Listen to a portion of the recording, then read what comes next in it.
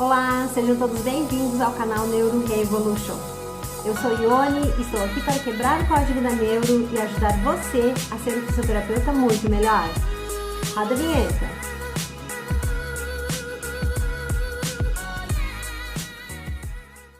Hoje eu anunciei, então, todo o trabalho, de desenvolvimento neuropsicomotor, que a gente iria falar um pouco sobre isso até os 3 anos de idade, né?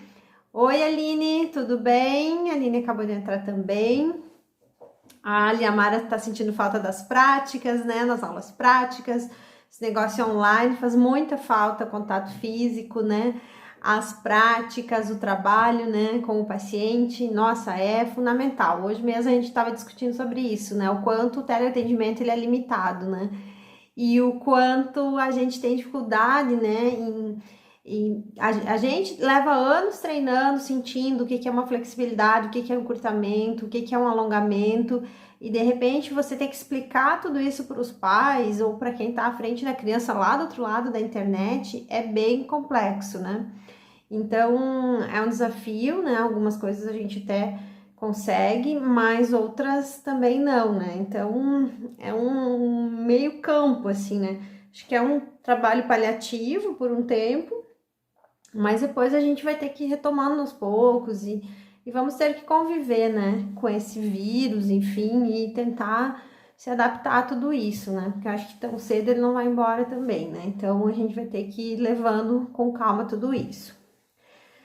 Bom, pessoal, hoje eu me preparei para falar um pouquinho sobre as crianças até os 3 anos de idade, né, então a gente vai, assim, conversar um pouco sobre esse desenvolvimento, mas não assim, eu não tô aqui para falar de marcos do desenvolvimento motor, eu não vou estar aqui falando que a criança tem que segurar até tal mês, tem que fazer tal coisa, tem que segurar a cabeça, tem que parar sentado. Esses marcos típicos, né, essas etapas bem clássicas, assim, é muito tranquilo de a gente estar encontrando na literatura, né, nos sites, enfim, de pediatria, de neuropediatria, qualquer, assim, um livro por mais básico que ele seja, ele já vai estar trazendo para nós essas etapas, principalmente até o 1º ano de vida, né, então os 12 meses, assim, ele já foi bastante estudado e tem bastante literatura nesse sentido. Como a live, ela existe mais para a gente trocar experiências e dividir algumas coisas, eu me preparei para falar um pouquinho mais do que simplesmente pontos, né, marcos do desenvolvimento motor. Eu me preparei para falar também da abordagem, né, de como a gente se aproxima dessas crianças, como que a gente interage, como a gente extrapola e consegue os melhores resultados com eles, né. Agora a gente tá, na verdade, num processo de dividir conhecimento, né? Como a gente já falou na live passada e nas outras, que a gente tá aqui para trocar. Então, à medida que o pessoal tá tendo dúvidas e quiser perguntar alguma coisa, já vai escrevendo aqui para eu poder estar interagindo com vocês. Porque a ideia é que a gente trocar conhecimento. Porque a ideia não é simplesmente eu vir aqui falar. Eu quero saber de vocês, o que está acontecendo na realidade de vocês, porque é isso que é legal, a integração e essa jogada, né, de um momento assim ao vivo, ok? Eu tomei hoje como base um autor que talvez a maioria de vocês já conheçam, que é o Lapierre, tá? Esse livrinho aqui é um livrinho bem antigo, tá? Que é o adulto diante da criança de 0 a 3 anos. Que ele fala bastante da psicomotricidade relacional, tá? E da formação da personalidade da criança.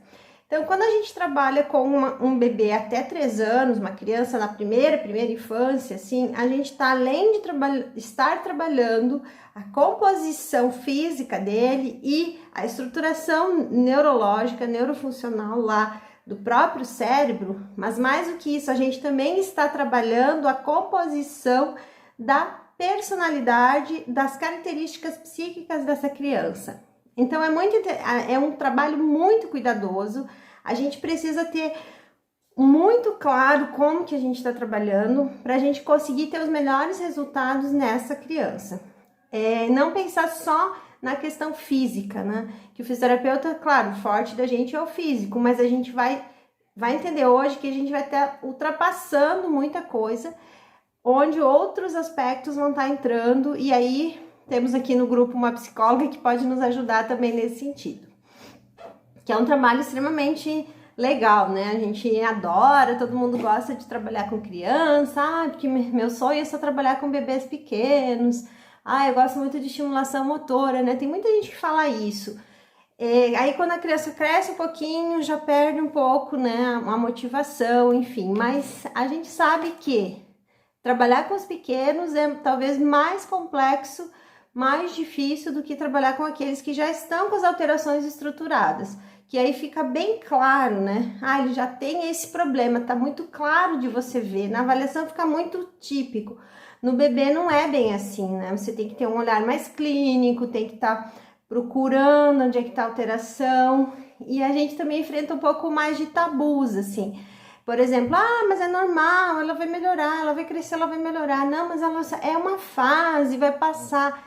Então, a gente precisa saber muito para poder estar dizendo, não, isso não é uma fase, isso é uma alteração, tem que ser trabalhado. Então, o conhecimento para os bebês até 3 anos, ele é muito, muito grande. E precisa ser extrapolado, né, exercitado para se chegar a esse ponto. Mas o que eu quero trazer mais do Lapierre, assim, né? Voltando de novo. Quem não assistiu a live passada, vamos fazer um breve relato. Para quem não sabe, eu comecei a trabalhar com 11 anos, eu já fui chamada para ser babá. Então, eu tenho, sim, bebês no meu colo e trabalho com criança desde os 11 anos de idade. Então, assim, não vou fazer muitas contas aí, senão vocês vão descobrir muito a minha idade, né? Mas eu tenho muito tempo que eu cuido de criança e que eu observo como é o comportamento dos bebês pequenos e até os 3, 4 anos de idade. E agora que eu tô mais dentro da neuropediatria, isso tá ficando mais claro. Por que eu senti bastante essa necessidade de estar falando sobre isso? Especialmente para aquelas crianças que têm um motor adequado, relativamente bom, e não conseguem ter evolução porque falta o cognitivo, falta o intelectual, falta muitas vezes o emocional para ir para frente, né? Para continuar desenvolvendo o motor. Porque não adianta o motor de repente estar legal e a criança ela não tem a maturidade emocional e psíquica, né, intelectual para continuar no seu desenvolvimento. Então tem uma hora que o fisioterapeuta ele sente essa lacuna, esse vão.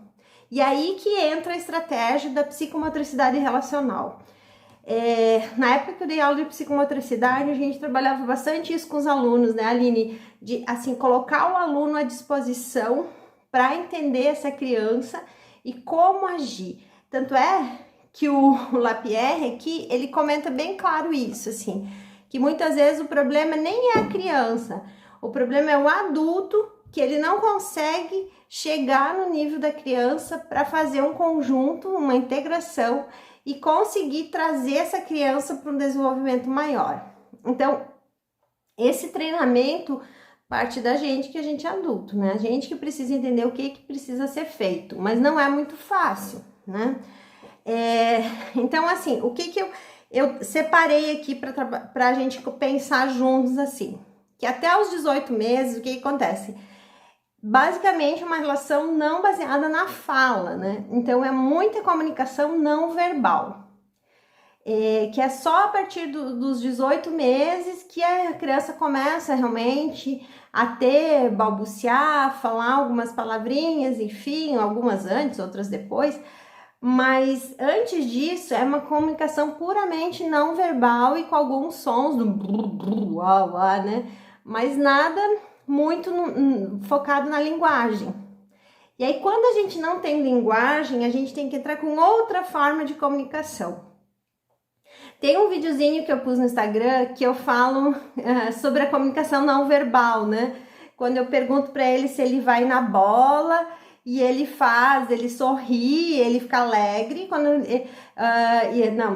ele quer ficar em pé, ele sorri e fica alegre. Eu falo, você vai na bola, e ele fica todo tristinho. Então, essa comunicação não verbal, a gente tem que estar sempre filtrando, né? E buscando na criança esses elementos. Então, o Lapierre chama isso, pessoal, de vivência fusional. A vivência fusional é o quê?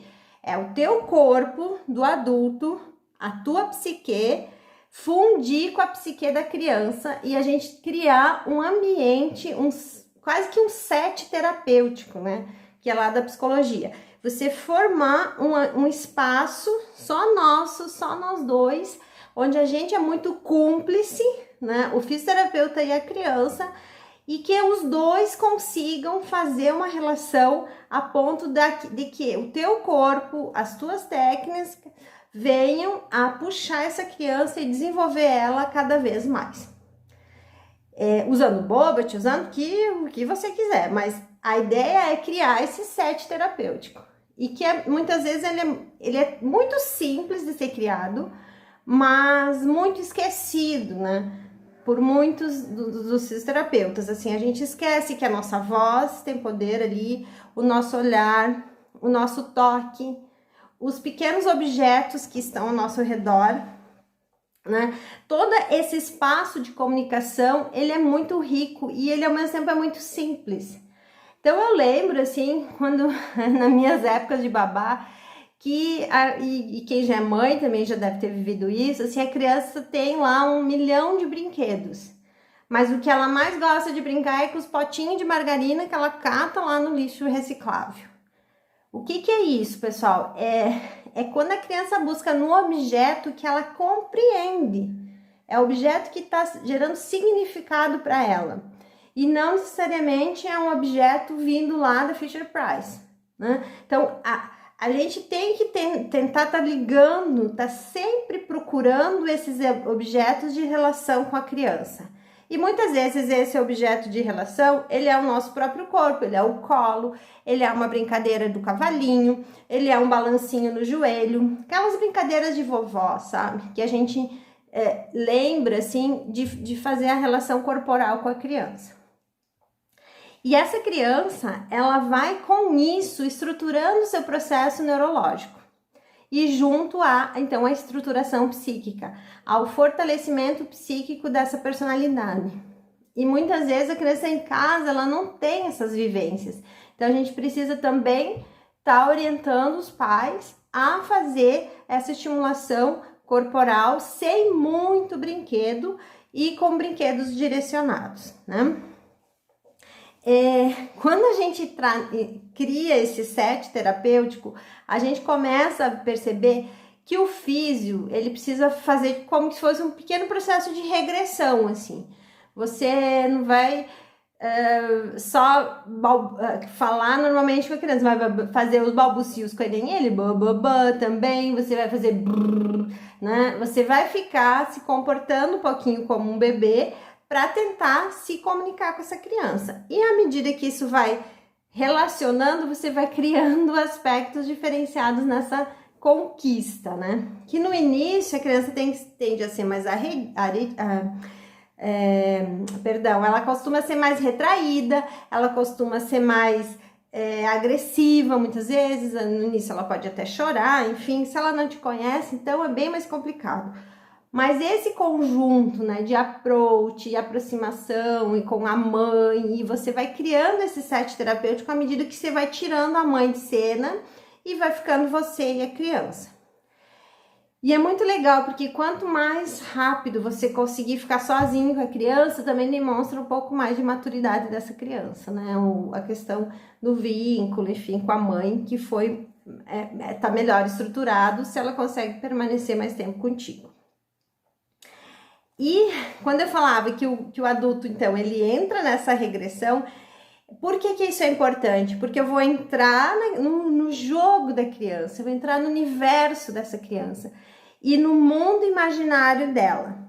Então, o Lapierre, ele comenta e reforça muito isso, que o adulto precisa entender e se permitir entrar no imaginário da criança.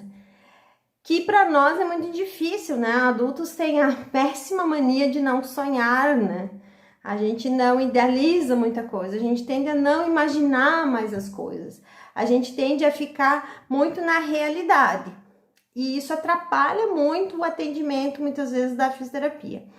E isso eu falo pra mim também, sabe? Eu tenho que me forçar muitas vezes. Eu penso assim, poxa, vamos ser mais lúdico, vamos criar um universo mais bacana. A gente fica muito ali, ai, tem que alongar, tem que fortalecer, tem que estimular tal coisa. Ai, porque não tá ficando em pé, o que que eu vou fazer agora? E esse lúdico, com a criança até 3 anos, ele é fundamental, né? Ele é extremamente necessário. E esse imaginário, ele começa a gerar jogos simbólicos, assim, que é muito louco e muito gostoso também quando a criança começa a entrar na tua jogada, assim.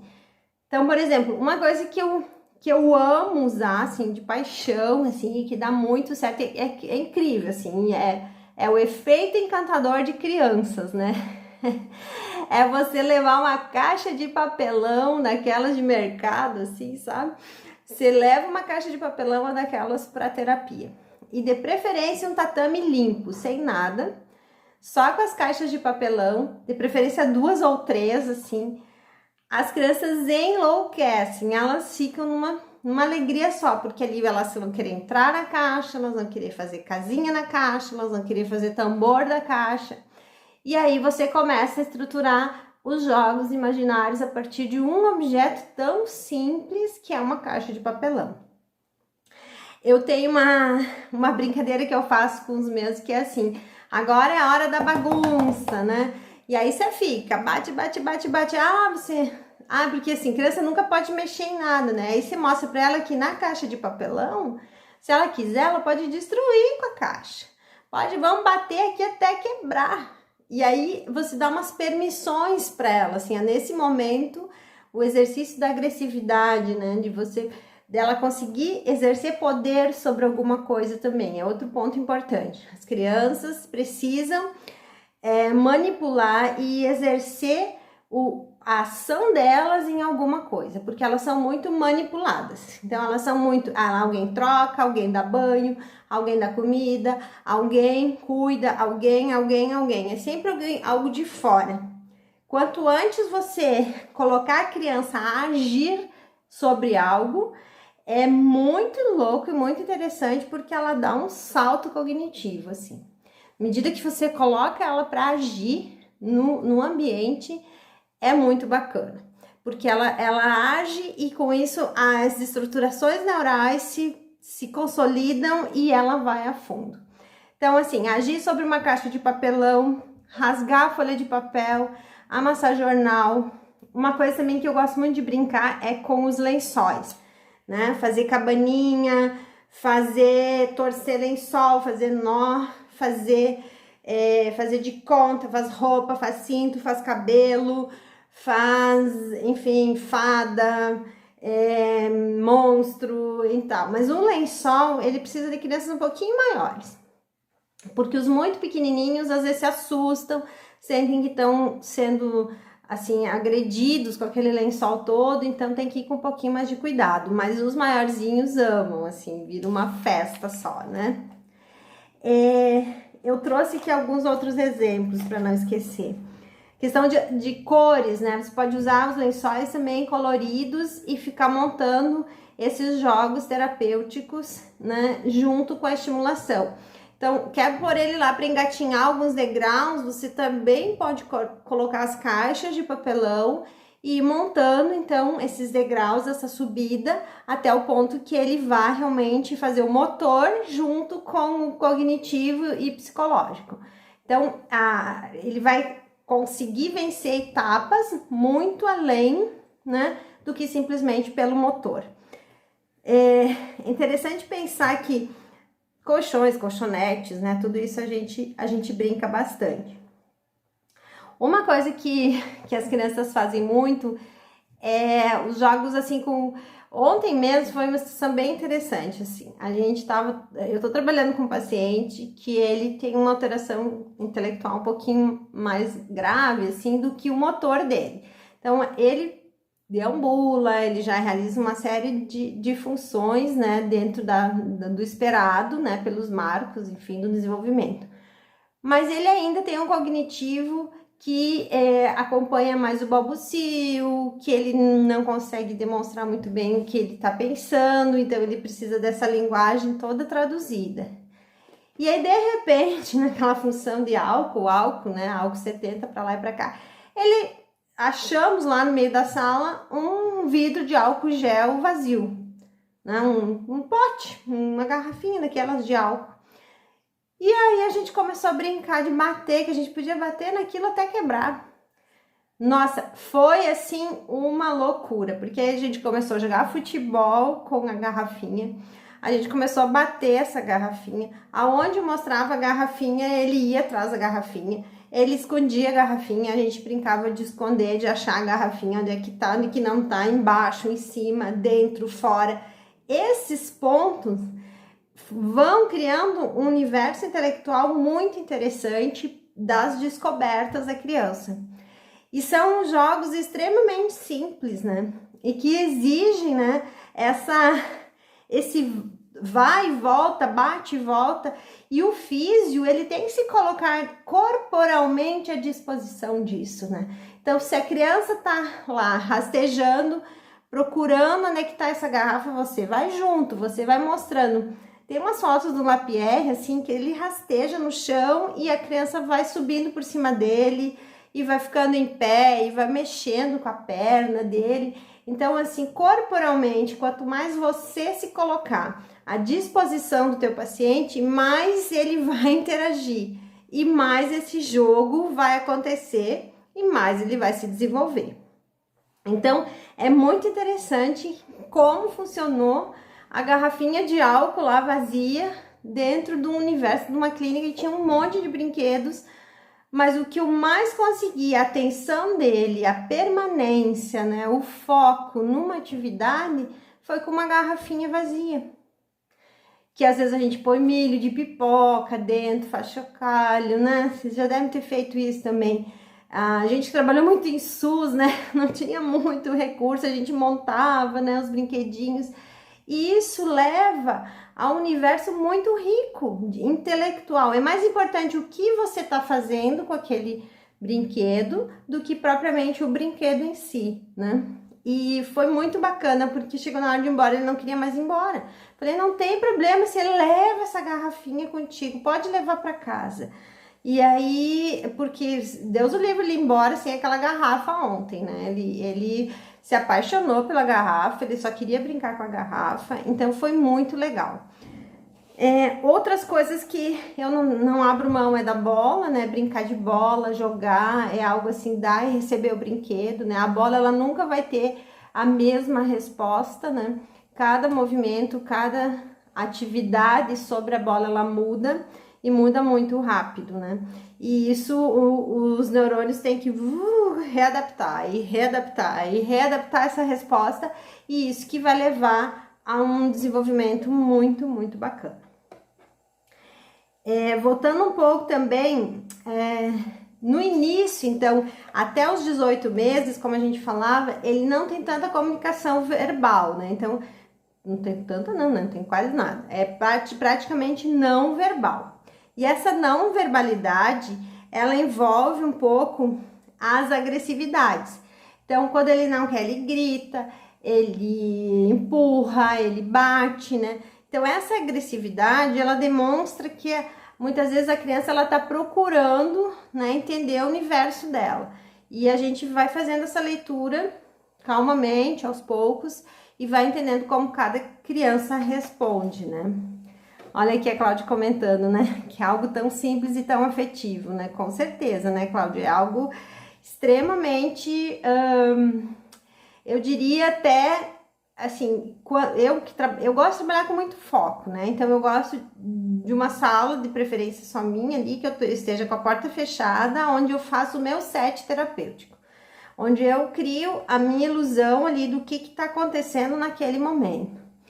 E aí, quando eu tô nesse jogo, eu costumo sentir muito o que tá acontecendo e já levar a criança a experimentar coisas novas.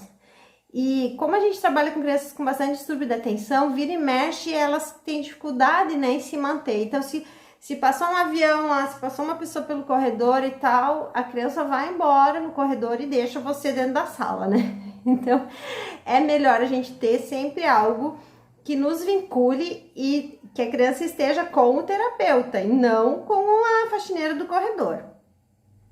Então, essa dificuldade eu acredito que muitos de nós passamos. Precisamos fazer os pais entenderem a importância dos brinquedos simples. Isso, Aline, brinquedos simples despertam muita emoção. Sim, sim. Principalmente porque a criança desde muito cedo consegue agir sobre um brinquedo simples. Né? Ele não precisa ser brinquedo musical, ele não precisa ficar rodando, fazendo, né, 1000 coisas, e a criança fica ali parada só olhando o brinquedo. Não, ela tem que ter um brinquedo que ela age sobre o brinquedo e o brinquedo responda de alguma forma. Nem que seja para amassar, né, papelão, papel de jornal, ficar com a mão suja de jornal, criar, né, esses elementos. As TOs trabalham muito isso também, né, acessibilidade, enfim. Mas eu não tô puxando só pelo sensório, tá, galera? É pensar que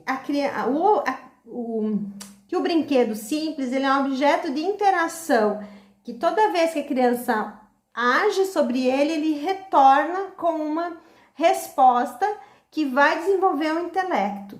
Então, é como pequenas experiências, assim, de física, de esquema corporal, de orientação espacial, né? Ah, se eu jogar essa bola até ali, quantos metros será que tem? A criança já está estudando isso. Quando ela joga uma bola com determinada força, até onde essa bola vai? São estudos da física já, que a criança está integrando. Isso vai levar a um desenvolvimento intelectual muito maior, muito bacana. Depois que ela passa dos 18 meses, ela começa a entrar num processo de inibição, onde ela começa a ter aquelas vergonhas, né? Que falam assim, ah, ela tá com vergonha do fulano, da fulana, ah, ela nem olha, chega alguém estranho na sala, a criança baixa a cabeça, né? Então, esse processo, ele é mais ou menos descrito dos 18 até o 3º ano, que é a primeira inibição, depois ele passa por uma fase de agressividade, né? Quando ela tá na relação contigo, primeiro ela não quer, ela fica com vergonha, depois ela te agride, que a agressão ela também já é uma forma de comunicação, né? Depois ela fica mais tranquila, mais calma, ela vai aceitando melhor a tua presença. Depois acontece o processo de fusão, que é quando vem pro colo, senta no colo, senta, pede o colo, né? Deita em você, quer te abraçar, para pedir a fusão corporal, né? Então é a hora que ele não só se acalma, se entrega, como ele também quer a tua proteção. E nesse momento há propriamente, né, um momento de maior interação. Em seguida já começa alguns recuos, de novo uma agressividade, pode aparecer alguns conflitos. E por último, então, se passa para a última fase, que é realmente o jogo estruturado, onde cada um realmente vai ter o seu papel. Então, a gente vai propor a dinâmica, a didática ali do momento e a criança vai acompanhando. Quando é sim, quando é não, quando dá o ponto, quando acerta, quando erra. Então, eu organizo o boliche, você joga. Então, cada um começa a ter seu papel mais definido. E aí, a criança mostra que ela já atingiu realmente a sua independência do 3º ano de vida, naquele estágio, né? Uma independência psíquica que vai, então, partir para quase que uma segunda infância, assim, né? Que é a partir, então, do 4º, 5º ano de vida. Então, essa relação fusional, relacional, que o fisioterapeuta, muitas vezes, a gente estuda tanta coisa, né? A gente estuda neurônio, a gente estuda como que acontece os padrões, os reflexos, e até quando que é normal, até quando que não é normal, o que eu tenho que fazer para integrar, e deixa-se de lado. Muitas vezes a gente esquece o quanto a questão da relação entre os dois, dentro do set terapêutico de fisioterapia, né, de tatame, né, onde a gente tem um elemento clássico, né, que é o tatame, que é onde a gente tá no mesmo nível de corpos, né? A gente fala assim, se eu tô trabalhando long sit com o paciente, eu tenho que também eu estar em long sit, né? Se eu quero fazer um 4 apoios, muitas vezes estou eu lá em 4 apoios, ou seja, a gente como fisioterapeuta, a gente desce a questão motora também. A gente precisa estar na mesma atividade motora que você quer que o seu paciente chegue. Então, isso é a prova de que nós dois precisamos chegar no mesmo ponto.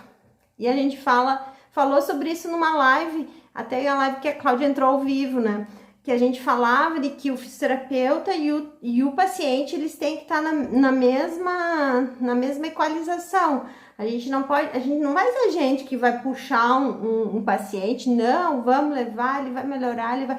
Não, tem que partir dele, né? Ele tem que tentar fazer todo o esforço. Quando a gente está pensando numa criança, obviamente isso não é consciente, né? Mas o brincar torna-se, né, esse esforço, essa motivação para esse momento lúdico. Mas o físio também, o físio tem que voltar a ser um pouco criança para estar desempenhando todos esses papéis e tentar chegar ao melhor estímulo para aquela criança.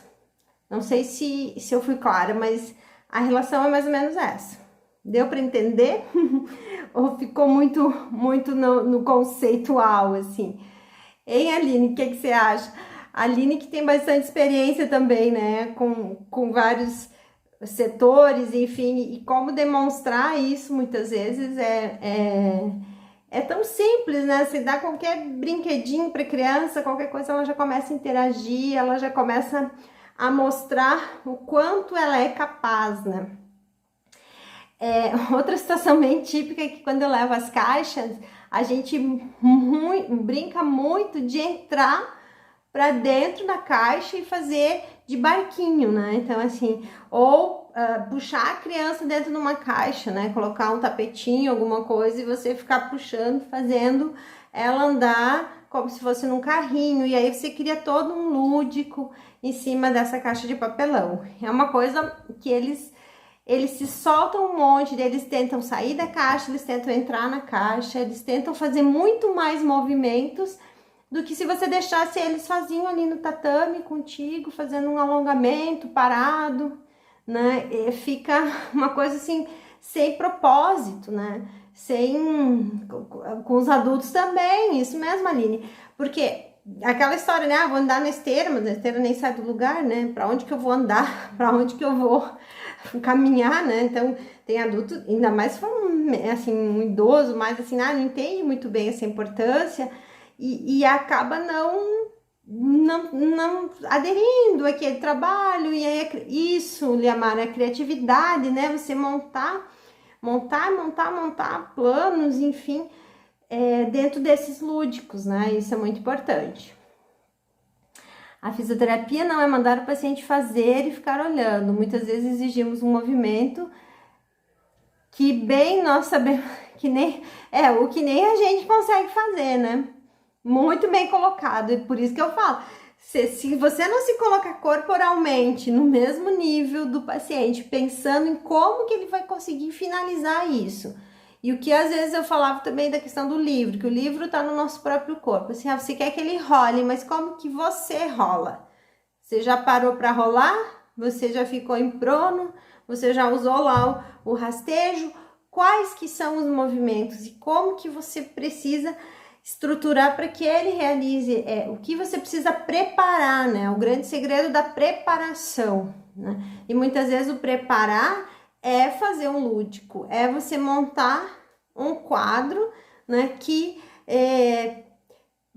por exemplo, se você quer que ele faça um side sitting melhor, é interessante preparar esse quadril lombar com outros manuseios anteriores. E esses manuseios anteriores podem ser um jogar bola, um divertido, né, antes propriamente de um manuseio mais específico como o side. Então, essa lógica que muitas vezes a gente precisa estar se reinventando a cada dia, né? E a gente às vezes consegue, às vezes nem tanto, às vezes a gente está pressionado, às vezes a gente não tem tempo, às vezes está em cima da hora, às vezes o paciente atrasou, já está na hora do próximo, né? A gente sabe que não é assim muito fácil, às vezes tem realidades bem diferentes, atendimentos de meia hora, 15 minutos, e esses conjuntos nem sempre a gente consegue desenvolver, mas interessante que a gente saiba que é possível, né?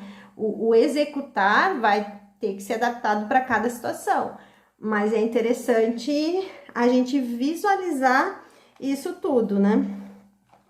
Aqui eu queria também colocar que o próprio Lapierre fala que a gente tem que se observar diante da criança pequena, né? Ele fala que ele inclusive fazia alguns treinamentos, alguns cursos, e ele sempre depois que o curso finalizava, a interação com as crianças acabava, então as crianças iam para casa e tal, ele reunia, né, os tutores dele, os tutoriados dele, juntava a galera e questionava muito como que a pessoa se sentiu diante da criança, né? Então, há muito... eu até anotei, porque é bem na área da doutora Cláudia, da psicologia. Quando a gente está diante da criança, né, Cláudia, a gente faz aqueles processos da analogia, do simbólico e da transferência, né? Então, o adulto, quando ele está perto de uma criança bem pequena, é muito comum vir à tona as suas questões emocionais, né? As suas questões mais comum, né? As que se tem mais dificuldade ou que ficaram com algum trauma, algum problema lá da tua infância.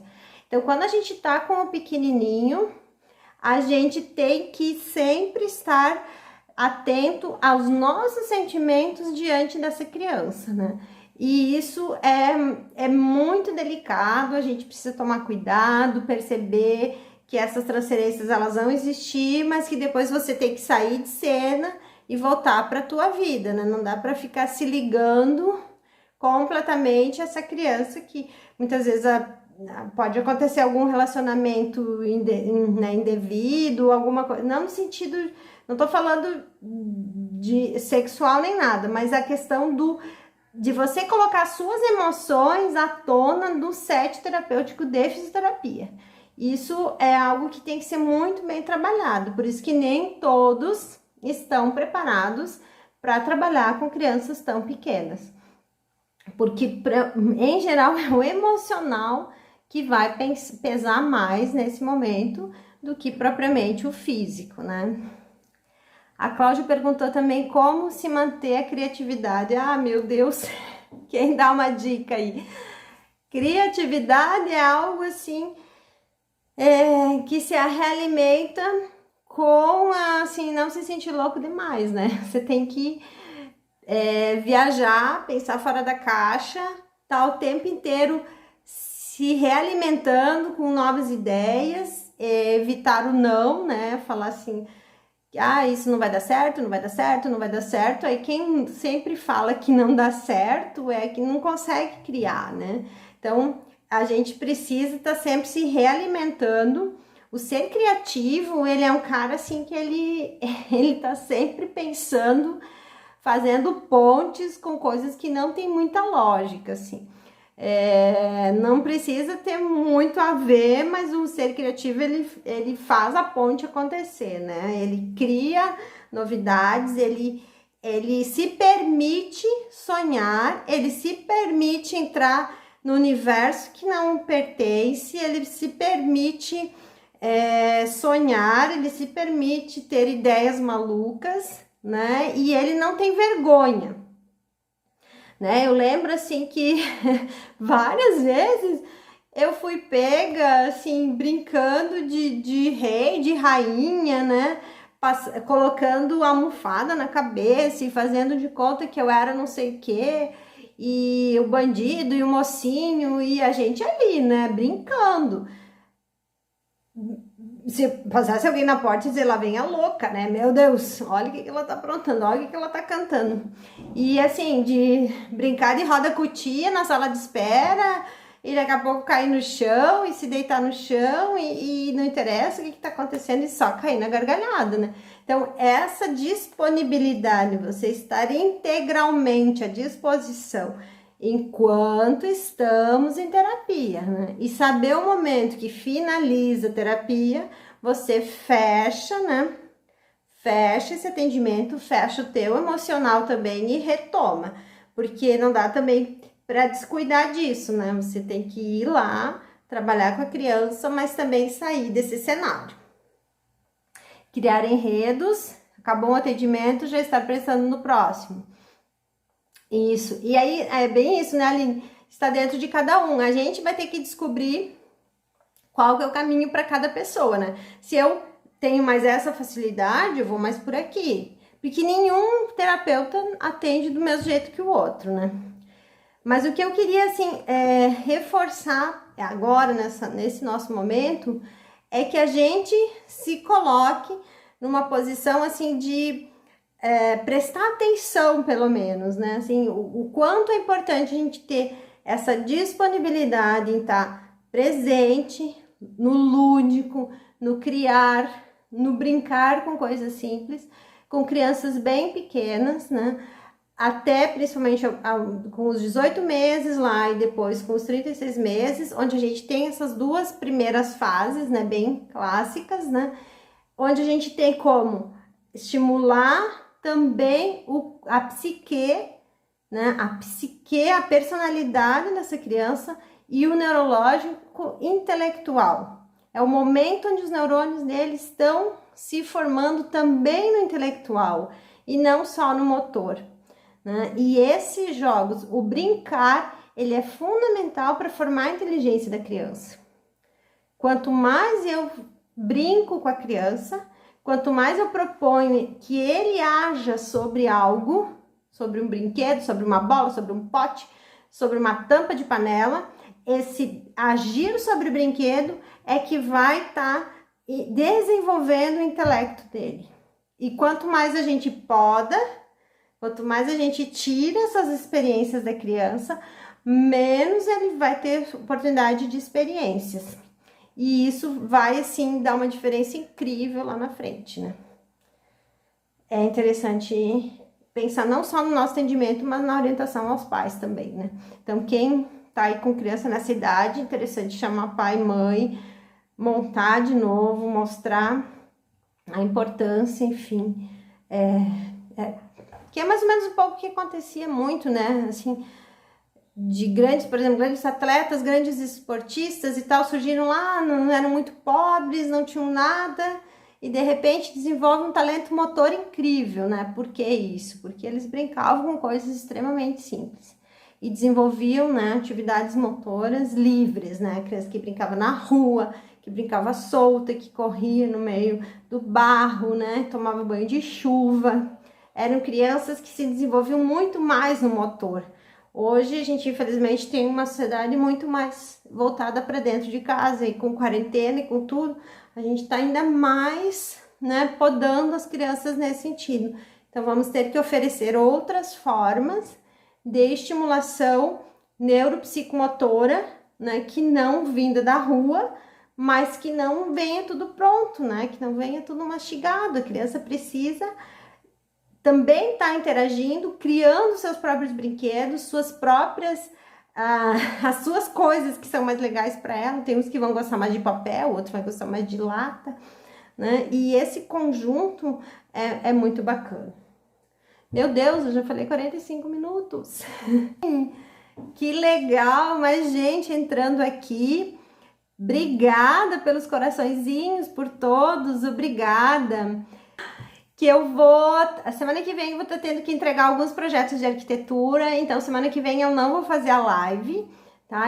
Eu tô tendo que encerrar alguns projetos para alguns clientes, então eu vou estar bastante sobrecarregada, então eu não vou conseguir filmar na semana que vem, mas e a partir da semana que vem eu vou estar desenvolvendo um programa, enfim, algumas coisas que eu vou estar lançando nos status e a gente vai estar conversando mais sobre isso, mas a gente precisa estar estruturando melhor tudo isso. Esse fluxo de live toda semana tá vindo um turbilhão de coisas, tá acontecendo muita novidade aí, e eu preciso assentar a cabeça e organizar as fases, né, disso tudo. Mas com certeza tá vindo a coisa boa por aí. Eu gostaria, assim, que vocês ficassem atentas. A gente vai estar postando algumas coisinhas. E se vocês puderem também sentir assim, essa pessoa, isso que ela tá falando tem a ver com a minha amiga, com o meu fulano. A ideia, assim, não é criar número, né, de seguidor e tal, mas pessoas que realmente precisam do contato comigo, assim. Se outras pessoas que vocês conheçam, que poderiam estar ouvindo alguma coisa e quiserem passar o meu contato, passar o meu direct, conversar comigo, podem colocar que eu vou estar à disposição. Só que eu vou estar atendendo mais pessoas específicas, assim. Eu não vou estar abrindo muita coisa para muita gente. Então, vai mudar um pouquinho o sistema, mas eu vou estar reorganizando e vou colocar, assim, tudo para vocês ficarem sabendo. E tem novidade por aí, tá? Tá chegando algumas novidades, algumas coisas que a gente tá montando. Mas aí, então, na semana que vem eu não vou estar fazendo isso, porque eu tô terminando os trabalhos de arquitetura e também organizando aqui no canal. Então, eu gostaria de já contar, né, com a colaboração e compreensão de vocês, mas aí na próxima, daqui a 15 dias, a gente vai estar voltando aí com mais novidades, tá bem? Aguardem! Muita coisa boa nos espera por aí.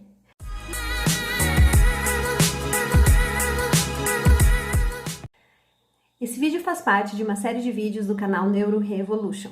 Inscreva-se no canal e acione o sininho para receber todas as notificações dos novos vídeos. Se esse conteúdo gerou valor para você, compartilhe com seus amigos e com todos aqueles que possam se beneficiar deste conteúdo.